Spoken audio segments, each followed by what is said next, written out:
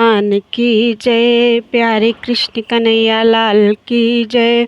श्री भक्तमाल में आज चरित्र है श्री गदाधर दास जी। लाल बिहारी जपत रहत निसिबासर फूल्यो, सेवा सहज स्नेह सदा आनंद रस झूल्यो।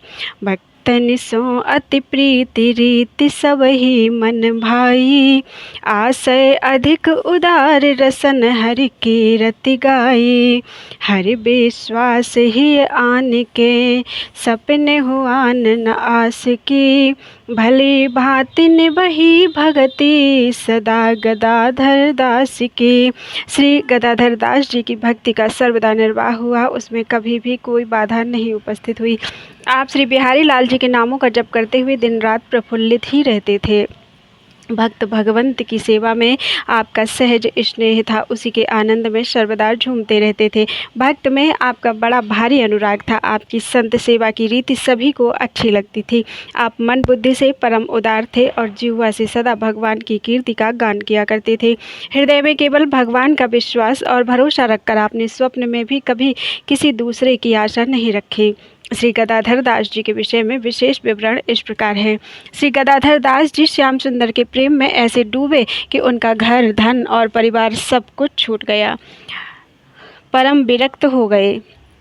कुछ दिन इधर उधर घूम फिरकर आप महाराष्ट्र में ताप्ती नदी के तट पर बुरहानपुर को आए और उसी के निकट एक बाग में आसन लगाकर बैठ गए। लोगों ने आपसे बहुत अनुनय विनय करके कहा, प्रभु गांव में चलकर किसी मंदिर में रहिए, परंतु उनके कहने से आप गांव में नहीं गए। उसका कारण यह है कि आपको एकांत में ही सुख था। भगवत भजन को छोड़कर दूसरी किसी कामना से आपका कोई प्रयोजन नहीं था। एक बार कई दिनों तक लगातार बारिश होती रही, उससे आपका शरीर और वस्त्र भीग गए। इनके कष्ट को देखकर प्यारे श्याम सुंदर ने अत्यंत मीठे स्वर में एक भक्त सेठ से कहा, तुम्हारे घर में बहुत सा धन भरा हुआ है, तुम श्री गदाधर दास जी के लिए और उनके ठाकुर जी के लिए एक सुंदर मंदिर बनवाओ और उन्हें लाकर उस मंदिर में रखो। भगवान की आज्ञा पाकर उस सेठ भक्त ने सुंदर विशाल मंदिर बनवाया और भगवान की आज्ञा को सुनाकर संत सेवार्थ बहुत आग्रह किया। तब बड़ी मुश्किल से आप उस मंदिर में आए। आपने उस मंदिर में भगवान के श्री विग्रह की स्थापना की और उसका नाम श्री लाल बिहारी जी रखा। श्री ठाकुर जी के सुंदर मधुर स्वरूप को देख देखकर आप सर्वदा उसी आनंद में विभोर रहते। बड़े प्रेम के साथ आप संतों की सेवा करते। इनकी सेवा से संतजन बहुत प्रसन्न होते और संतों को सुखी देखकर आप भी प्रसन्न रहते। संत भगवंत की सेवा के लिए जो भी कुछ सामान आता था, आप उसे उसी दिन सेवा में लगा देते। बासी अन्न धन दूसरे दिन के लिए नहीं रखते। एक बार रसोइये ने छिपाकर कुछ सामान रख रखा था। संयोग बस आश्रम में कई संत आ गए। तब श्री गदाधर दास जी ने अपने रसोइये से कहा, कुछ सामान हो तो उसी से रसोई बनाकर प्रेम पूर्वक साधु संतों को भोजन करा दो। शिष्य रामदास और वेंकटेश दास रसोईया ने श्री गदाधर दास जी से कहा, श्री ठाकुर जी भूखे ना रहें, इसीलिए मैंने भोग के लिए कुछ थोड़ी सी सामग्री बचा कर रखी है। आपने कहा कि उसे निकालो और संतों को खिला दो। प्रातःकाल कहीं ना कहीं से कुछ और आएगा। रसोईया ने आपकी आज्ञा के अनुसार रसोई बनाकर संतों को प्रसाद पवाया। श्री गदाधर दास जी ने भी संतों का प्रसाद लिया और बड़े सुख का अनुभव किया। संत सेवा में इनके प्रेम को देखकर उन संतों ने प्रसन्न होकर कहा कि आपके पवित्र सुयश को सारा संसार गाएगा। सवेरा हुआ पर कहीं से कुछ भोग के लिए सामान नहीं आया। 3 पहर बीत गए। श्री ठाकुर जी भूखे ही रहे, उन्हें भोग नहीं लगा। इससे रसोइये को क्रोध हुआ। वह कहने लगा, न जाने कब परमात्मा हमको ऐसे गुरु से और इस दुख से छुड़ाएगा। उसी समय किसी भक्त सेवक ने आकर 200 रुपये श्री गदाधर दास जी को भेंट किए। तब आप बोले, इन रुपयों को इसके माथे पर पटक दो, देखें कितना खाता है। श्री गदाधर दास जी की इस बात को सुनकर वह सेठ डर गया। उसने सोचा कि शायद महाराज जी मेरे ऊपर रुष्ट हो गए हैं। पश्चात श्री गदाधर दास जी ने समझाकर उसका समाधान किया। तब तो वह बहुत ही प्रसन्न हुआ और भक्त भगवंत के भोग में जितना सामान लगता नित्य उसे देता। इस प्रकार वह सेवा करके सुख प्राप्त करने लगा। साधु सेवा में उसकी श्रद्धा अब और बढ़ गई। कुछ दिन बुरहानपुर में रहने के बाद आयु को थोड़ी जानकर श्री गदाधर दास जी वहाँ से चलकर मथुरा जी को आ गए और वहीं रहकर परम आनंददायिनी ब्रज लीलाओं के मधुर रस का आस्वादन करने लगे। इस प्रकार आपने श्री बिहारी जी की तथा साधुओं के प्रेम से सेवा की। उनके श्री चरण कमलों में अपने मन को भली भांति लगाया। श्री प्रियादास जी श्री गदाधर दास जी के संत प्रेम का अपने कवित्तों में इस प्रकार वर्णन करते हैं। बुरहानपुर बुरहानपुर ढिग बागता में बैठे आए, करे अनुराग ग्रह त्याग पागे श्याम सो। गाँव में न जात लोग किते हाहा खात सुर्ख, मान लियो गात नहीं काम और काम सो।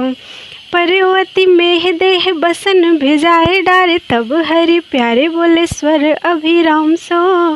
रहे एक साह भक्त कही जाए, ल्यावो उन्हें मंदिर करावो, तेरो भर्यो घर दाम सो।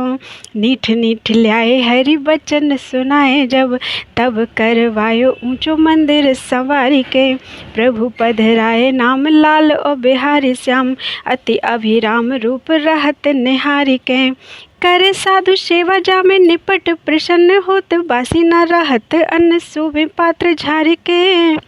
करत रसोई जोई राखी ही छिपाए, सामा आए घर संत आप कही जाओ प्यारी के। बोलो प्रभु भूखे रहें ताके लिए राख्यो कछु, भाख्यो तब आप काढ़ो भोर और आवे गो।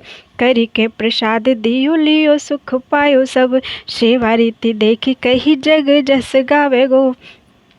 प्रात भये भूखे हरि गए, तीन जाम ढरी रहे क्रोध भरी, कहे कब दो छुटावे गो।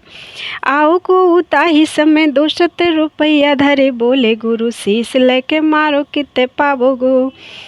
डरे वह सहमति मोह पे कछु कोप कियो कियो, समाधान सब बात समुझाई है।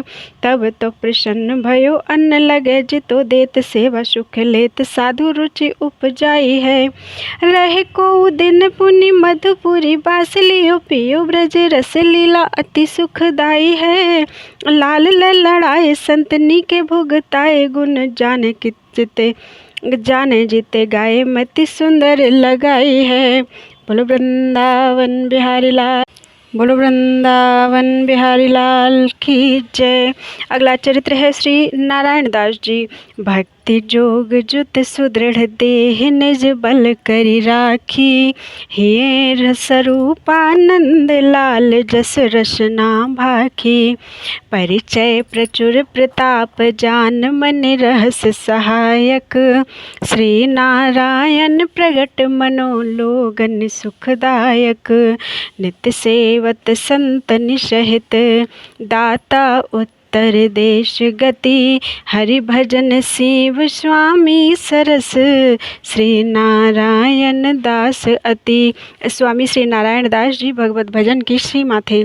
आपका हृदय अति सरस था। आपने भक्ति योग से युक्त सुदृढ़ शरीर को अपनी भक्ति के प्रताप से स्वस्थ एवं भक्तिमय आचरण करने योग्य रखा। हृदय में श्री गोपाल लाल के सुंदर रूप के ध्यान का आनंद लेते हुए आप जिह्वा से उनके श्रेयस का वर्णन करते रहते थे।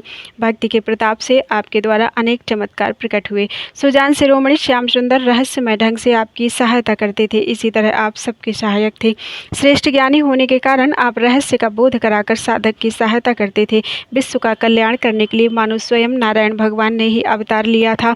आप बड़े प्रेम के साथ संतों की सेवा करते थे। उत्तराखंड और उत्तर प्रदेश में निवास करने वालों को आपने उपदेश देकर उन्हें सद्गति प्रदान की। श्री नारायण दास जी के विषय में विशेष विवरण इस प्रकार है।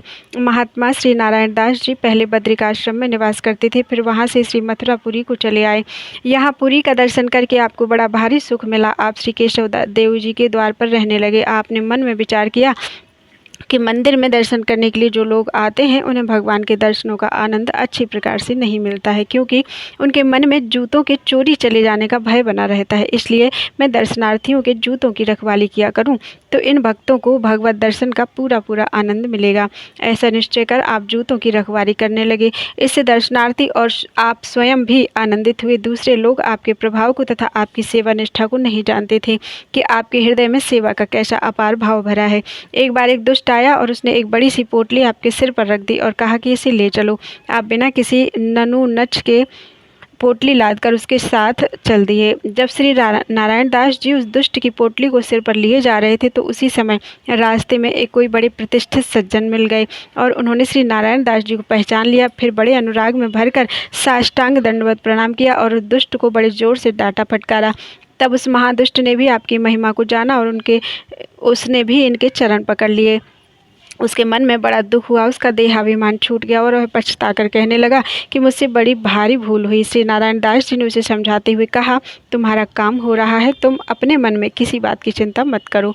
यह सुनकर वह रोने लगा, उसके नेत्रों से आंसुओं की धारा बहने लगी। उसने प्रार्थना करते हुए श्री नारायण दास जी से कहा कि अब मैं घर का मुख नहीं देखूंगा, मुझे अपनी शरण में रखिए। उसके दैन्य भाव से प्रसन्न होकर आपने उसे भगवत भक्ति का उपदेश दिया। उसे भी मालूम हो गया कि भक्ति जगत कैसा होता है, साधु संतों में क्या विशेषता है, उनकी कैसी क्षमा शक्ति होती है। इस चरित्र का तात्पर्य यह है कि साधुजन मेघ के समान समदर्शी और उदार होते हैं। श्री प्रियादास जी ने इस घटना का अपने कवित्तों में इस प्रकार वर्णन किया है। आए बद्रीनाथ जूते मथुरा नेहारी, नैन चैन भयो रहे जहाँ के सोजू को द्वार है। आवे दर्शनी लोग जूतनी को सोग ही, ये रूप को न भोग होते कियो यो विचार है। करे रखवारी सुख पावत है भारी, को जाने न प्रभाव और भाव सो अपार है। आयो एक दुष्ट पोट पुष्ट सो तो शीस दई लई चले मग, ऐसो धीरज को सार है। को बड़ो नर देखी मग पहचान लिए, किए परिणाम भूमि परि भरी नेह को। जान के प्रभाव पाँव लीने महादुष्ट हुने, कष्ट अति पायो छूटो अभिमान देह को। बोले आप चिंता जिन करो तेरो काम होत, नैन नीर सोत मुख देखो नहीं गेह को। भयो उपदेश भक्ति देश उन जानो साधु, शक्ति को विशेष यहाँ जानो भाव मेह को। एक बार भक्तवर श्री नारायण दास जी ने उत्तराखंड में रहकर एकांत गुफा में समाधि लगाई। संयोगवश श्वास ऊपर खींचते समय वायु कहीं उलझ गई, अतः आपके शरीर में रोग हो गया। इनके कष्ट को देखकर नर नारायण भगवान पधारे और उन्होंने योग की युक्तियों को बताकर इनके कष्ट को दूर किया। तब से आपको योग सिद्धि हो गई। उत्तराखंड के एक गांव में एक धनी मानी वैश्य रहता था। उसकी वृद्धावस्था में एक पुत्र हुआ, उसमें उसकी बड़ी भारी आसक्ति हुई। किशोर अवस्था को प्राप्त कर उसकी मृत्यु हो गई। इससे उस वैश्य को महान कष्ट हुआ। वह मोहबस शव को संस्कार के लिए नहीं ले जाने दे रहा था। इसी बीच स्वामी नारायण दास जी संतों के बीच से उठकर भिक्षा के बहाने उस गांव में पहुंच गए। भीड़ देखकर आप भी उसके घर में चले गए। पिता माता के करुण क्रंदन को सुनकर आपका हृदय द्रवित हो गया। भगवत स्मरण पूर्वक जैसे ही आपने पुत्र के शरीर का स्पर्श किया, उसी समय उसमें प्राण आ गए। सभी ने स्वामी जी के चरण पकड़ लिए।